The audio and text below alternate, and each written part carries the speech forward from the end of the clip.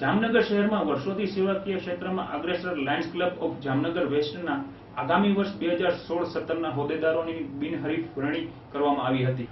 જામનગર શહેરમાં વર્ષોથી સેવાકીય સંસ્થા લાયન્સ ક્લબ ઓફ જામનગર વેસ્ટના આગામી વર્ષ 2016-17ના હોદ્દેદારોની બિનહરીફ વરણી કરવામાં આવી હતી।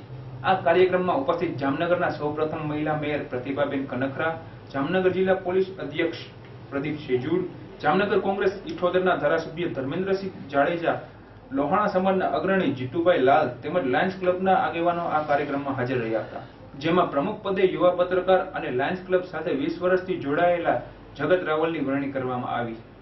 તેમજ મંત્રી પદે શિક્ષણ ક્ષેત્રે જોડાયેલા નિમેશભાઈ ધ્રુવ, ઉપપ્રમુખ પદે વેપારી આગેવાન ઈશ્વરભાઈ વેદાંત, ખજાનચી માટે આયુર્વેદના ડોક્ટર નિશાંત શુક્લની વરણી કરવામાં આવી હતી। તમામ હોદ્દેદારોને સંસ્થાના પૂર્વ પ્રમુખો, કારોબારી સદસ્યો તેમજ ડિસ્ટ્રિક્ટના આગેવાનોએ આવકાર્યા હતા।